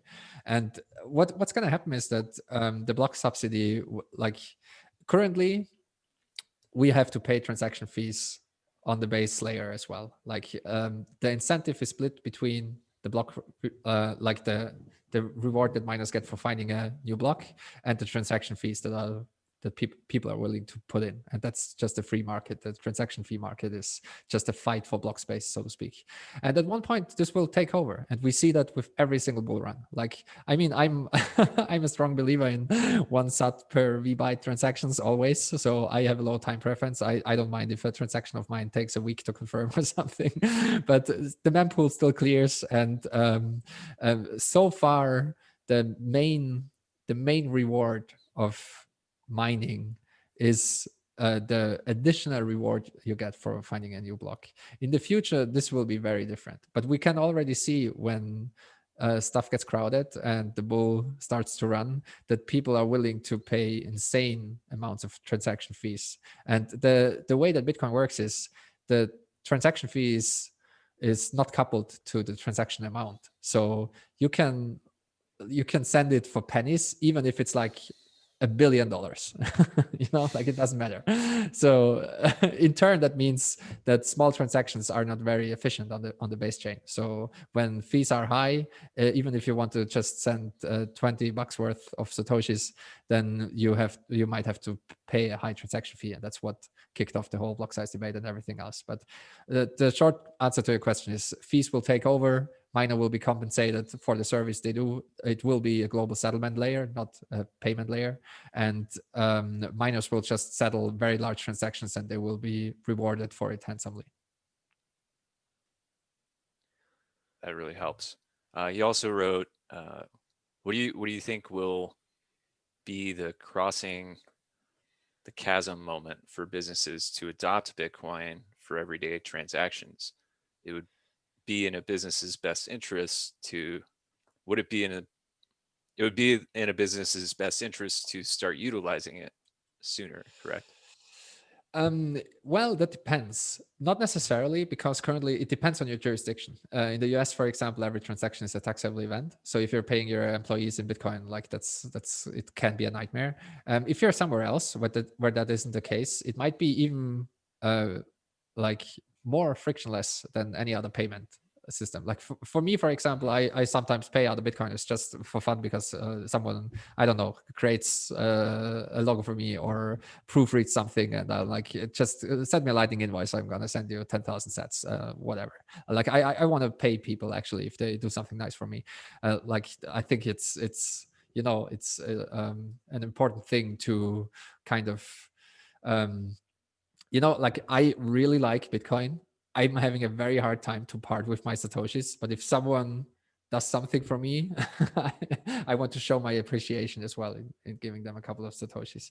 So I think it depends on the jurisdiction the business is in. It also depends on just why you have exposure to Bitcoin. I think most businesses will be like MicroStrategy, that just see that the fiat world is crazy and the ice cube of fiat money that they have on their balance sheets is melting. So they will use it as a store of value first and foremost. But maybe if you are, for example, doing a lot of cross-border payments or are even like a remittance business or something like that, Bitcoin is perfectly well suited to adopt it as a medium of exchange for your business. And just keep in mind, like it depends on your viewpoint of Bitcoin.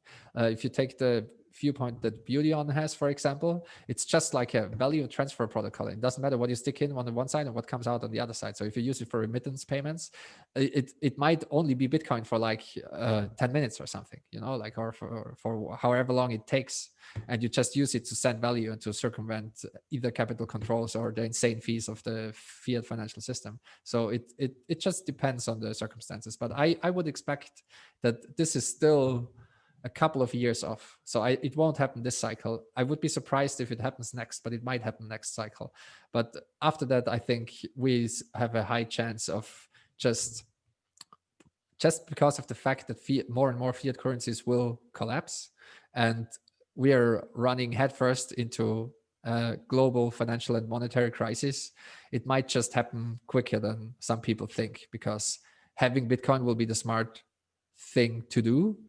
And if you are a flexible company and your employees demand Bitcoin as well for various reasons, then it might happen quicker. Awesome. Thanks for that. Herman also had a question, and maybe Herman, you can jump on here and elaborate, but I'll read it for you. Is Bitcoin not using universal time from the Earth looking at the stars, starting in the 70s? What happens when the second overflow happens, January 2038? I'd love. So he's talking about Unix time. I think he's alluding time. to the Unix timestamps that started in the 1st of January 1970. That's what Can you hear? So yeah, I can hear you somewhat. Hi, grüß dich aus Tirol. Servus. Servus. Servus. Yeah, ich rede von der Zeit, genau. The point is, I read that the time is running out because it's in the 70s where the time is running in the seconds to the timestamp. And in January 2038, it's running out. So is there something new implemented there, or what's going on there? Yeah, like I think changing the timestamp field wouldn't be too much of a problem. It's a good question. I actually haven't looked into the Unix timestamp problem, but that's definitely something that can be patched, because again, what's important for Bitcoin is the order of blocks. The block time is important, not necessarily the timestamps. And there are some sanity checks that if a block has like a really outdated timestamp, like 2 weeks old or something, that it gets rejected. But in the end, it doesn't matter. The only very like thin connection to human time is with the difficulty adjustment. So the actual human time measurement that matters in Bitcoin is only because of the difficulty adjustment. For creating the time chain, the real time doesn't matter too much. It only happens. It only matters what came before and after, so to speak, and you can determine that just by causation of the hashes, so to speak. Because you need to have the thing that produced the hash has to exist before the hash. That's how time works. With difficult adjustment, Gigi, sorry to interrupt you. I mean, the question I sent you on Twitter was, you take the time that the 2016 blocks take in seconds and you divide it by the actual time in seconds, gives you the quotient, oder? And you have got a quotient of 4. Exactly. And that's what you hash. That gives you the difficulty adjustment. And that's what you have to find with the nonce. Is that right? Yeah, that's. I think that's right. And again, like that's why human time is still like important in Bitcoin, but it's not as important than most people think. So that's if we wouldn't have that link to human time, then Bitcoin would just run away. But it would still, we would just produce blocks way too fast. So it's a way to not cheat ourselves. Yeah, but it's really, I just wanted to get my head around it. So thank you for answering that. You should get your Sphinx shit sorted out. I can't log into your 21. Try. Oh, man. Yeah, we have a great German community, and we have our own little Sphinx chat with Yeah, the but German you can't podcast. get in there. I think you can, but I think you need an invite or something. Just spam the Telegram group, and Marcus or someone will help you. I'll do that. Thank you for your help. Cheers. Nice one. You're welcome. Appreciate it. Ciao. Ciao. Awesome. Thanks, Herman. Gigi, that was absolutely just amazing. Thank you so much for taking so much time, especially after a 3-hour cosmic discussion with Alex on another podcast.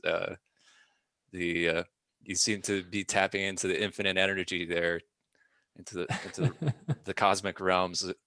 Satoshi is blessing you today on this blessed Saturday. You know, like it's if you talk Bitcoin, it's just time flies. It's literally all the time. I can't even believe that it's like 1 a.m. my time already. It's just time flies. It feels just like I don't know. I just started talking. Awesome, man. Well, do you have any other closing thoughts before we close things off? Yeah, in general, I always like to say, just don't be intimidated by Bitcoin. I know it's very much to take in. And if you're new, then probably like 95% of what we said or what I said doesn't make any sense. And just take it slowly, try to understand it step by step. Also in terms of, like setting up wallets, securing your private keys and setting up nodes and stuff like that. Just take it step by step. Everyone did, like every single Bitcoiner, you have to take it slowly and step by step. It's very easy still to mess things up and lose money and shoot yourself in the foot. Just don't do that. Follow best practices, read, try to understand it. Just don't try to be smarter than everyone else and to just do it in your own way. It's not a good idea. But also along the same lines, just also try to have fun with it. Like it's a little bit of tinkering still, and it's a little bit of experimentation, and it's novel and new and weird. All of that will go away just like it did with the internet. All of that will be abstracted away. But now is the time to tinker and try things out and have fun with the technology and spin up a lightning node and join a Sphinx tribe and stream some Satoshis and whatnot. Like it's the perfect time. And if you want to do even more technical things, like you can set yourself up with like multi-signature stuff and do, I don't know, join Rodolfo and get like a ham radio and send some transactions over the air. I don't know, there's so many things you can do. Just explore the space, have fun, and try not to be too reckless. All right, you guys, I hope you enjoyed that episode with Gigi. I had just a tremendous time talking with him and interacting with some of the other guests in the session. We got very deep into some of these amazing concepts around how Bitcoin truly is something brand new that the world is having to grapple with. And Gigi, I think, does an amazing job elaborating on what that actually means. He spent so much time looking deeply into what Bitcoin is and is able to really translate that to us other plebs, in a way that we can understand and kind of interact with. It was a very enlightening experience, and once again, thank you to Gigi, and thank you guys for listening in. Really appreciate your time. And with that, until next time, may you live a meaningful life and enjoy your freedom as a sovereign individual.